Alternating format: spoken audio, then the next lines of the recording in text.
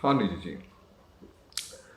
क्या आप ये बता पाएंगे कि हमारी शॉर्ट फिल्म जो थी डोरी हरासमेंट या डोरी सिस्टम, ये आपको कैसी मिली और आपको कैसा लगा ये फिल्म करते हुए? एंड और आप एज ए वुमेन, डोरी सिस्टम, डोरी प्रथा जो है हमारे इंडिया में काफ़ी अरसों से चली आ रही है, तो उसके लिए आपका अपना ओपिनियन क्या है? And how do you think कि हम इसे अपने देश से, अपने सिस्टम से निकाल पाएंगे? अगर आप कुछ बता पाएँ तो। मुझे ये मूवी मिली राजीव जी के थ्रू। उनका मैं एक शो कर रही थी, मुनिधार। तो उन्होंने मुझे कहा कि हम एक ऐसे टॉपिक पर शॉर्ट मूवी बनाने जा रहे हैं, दहेज प्रथा पर। तो क्या आप काम करना पसंद करेंगे उसमें? अब ये टॉपिक इतना अच्छा है कि डेफिनेटली मैं उन्हें मना नहीं कर पाई, और ऐसे मुझे ये प्रोजेक्ट मिला। अब रही बात कि मेरा डाउरी सिस्टम के बारे में क्या मानना है, तो अगर मैं कहूँ कि डाउरी सिस्टम अच्छी बात नहीं है, तो ये बहुत ही कॉमन लाइन है जो सब कहते हैं। मुझे ऐसा लगता है कि जिस तरह से हम लोग मॉडर्न होते जा रहे हैं, दहेज लेने की प्रथा भी मॉडर्न होती जा रही है।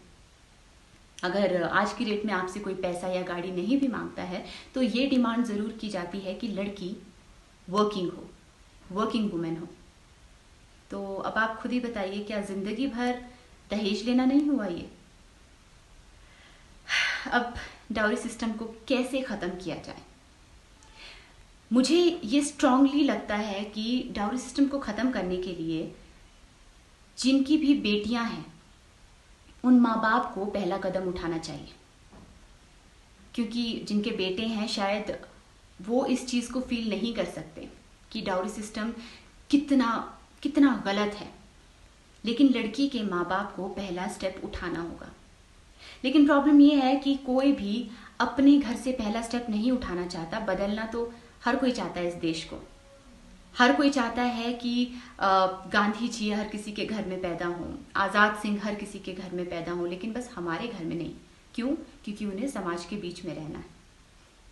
तो इसलिए अगर शुरुआत करनी है तो लड़की के माँ बाप को करनी होगी, एक लड़की को करनी होगी। और मुझे ऐसा लगता है कि जितना खर्च आप लड़की के दहेज के लिए करते हैं, जितना आप लड़की के दहेज के लिए उसके बचपन से जोड़ना शुरू करते हैं, अगर उससे आधा भी आप उसकी एजुकेशन में लगाएं, तो उसको आप यहाँ से यहाँ पहुँचा सकते हैं, किसी भी पोजीशन पे खड़ा कर सकते हैं। हमने सुना है हमारे सोर्सेस से कि आप पोइट्री बहुत अच्छा बोलती हैं और अच्छा लिख भी लेती हैं। तो ये मेरा आपसे निवेदन है कि जो ऑडियंस आपको देख रही है, आपको सुन रही है, उनके लिए कोई अच्छी पोइट्री जो भी आपको पसंद हो उन्हें सुना दीजिए। हम उसके बगैर आपको जाने नहीं देंगे। सुना दीजिए एक। मैं आपको अपनी एक पोएम सुनाती हूँ जो मैंने सबसे पहली पोएम लिखी थी।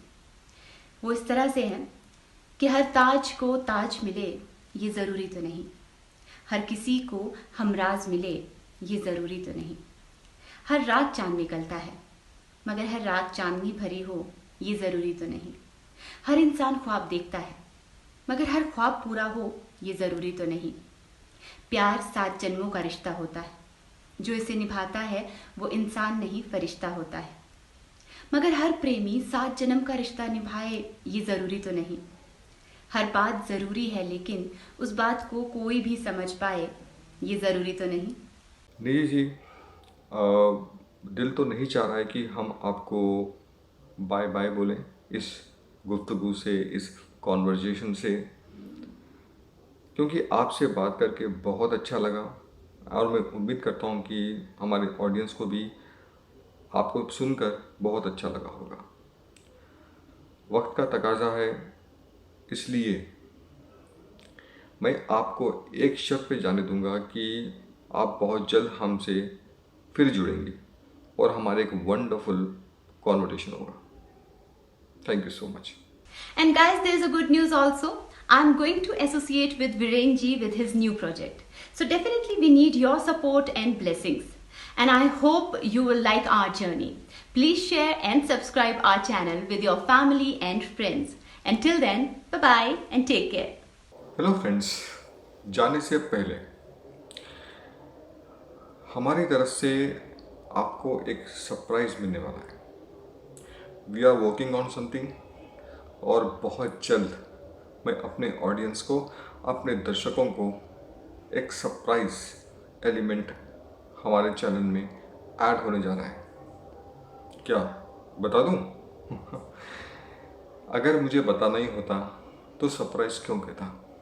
Wait and watch and I will definitely bet it is a what a surprise. तो मिलते हैं बहुत जल्द। Thank you.